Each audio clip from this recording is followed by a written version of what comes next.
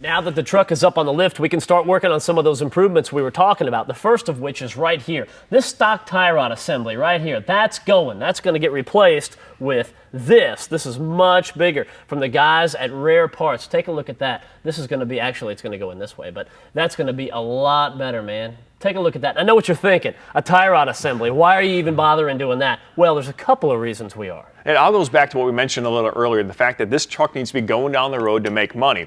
And if you're ever driving, doing any hauling or just city driving up in the north, you notice one big thing. There's an epidemic with potholes. They are everywhere and they're destroying cars. Not only tearing up front tires, they're tearing up front wheels. When you got a big truck like this, pulling a heavy load, first thing that's going to want to give when you hit a pothole heavy is this tie rod right there. Because it's so small, it's a 1/2 inch, where this one is 1 inch and 1/32, so it's going to give it much more strength. It's going to handle any kind of hard jolt to it because it's so much bigger. Excuse me. All right, that's out. Cool. Now, let's talk about when you hit that big bump, even if it doesn't shatter the entire system or break it, right? You could still bend it up pretty good, and that's going to affect your alignment. And like you said, if it's on the side of the road, it's not working, it's going to cost you money. Well, it's also going to cost you a lot of money if you have to keep replacing tires all the time because your alignment's out of whack. So that's another reason that we're doing this. Now, one of the most important things when you're doing this, before you take out the stock configuration, is to make sure that it's at the same length so your alignment is good enough just to get it to the alignment shop. And this is a little handy thing that's going to help us do that. Yeah, we made up, you can use a tape measure. There's a couple different ways you can do it, but you want to make sure that your old length is the same as the new one when you put it on. This way that you can drive it to the alignment shop without tearing up a set of tires. So what we've done is you just want to measure 2 fixed points. So we chose that these grease fittings. We put a little notch on the one side, and that's going to go up against the grease fitting there, and we ended it at the center of the other grease fitting. This way we know we can set the new one at the same length, and it'll get to the alignment shop in one piece.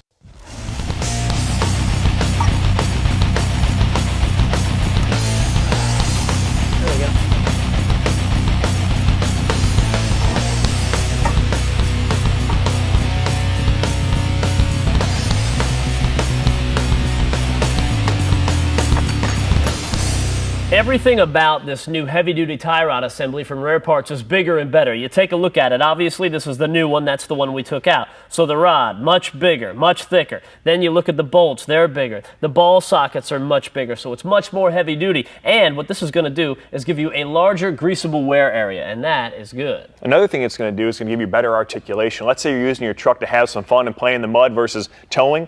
Well, it means you're probably going to have a bigger tire and a lift kit on, which means you're going to have bigger problems because that big tire on the outside is going to put a lot more wear and a lot more stress on this tie rod. It's going to be a lot more prone for breakage. So, big tire, big hole. A big problem.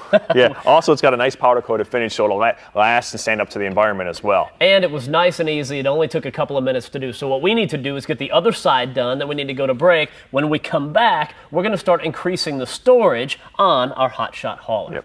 All right, let's get this other side. Yeah, this should be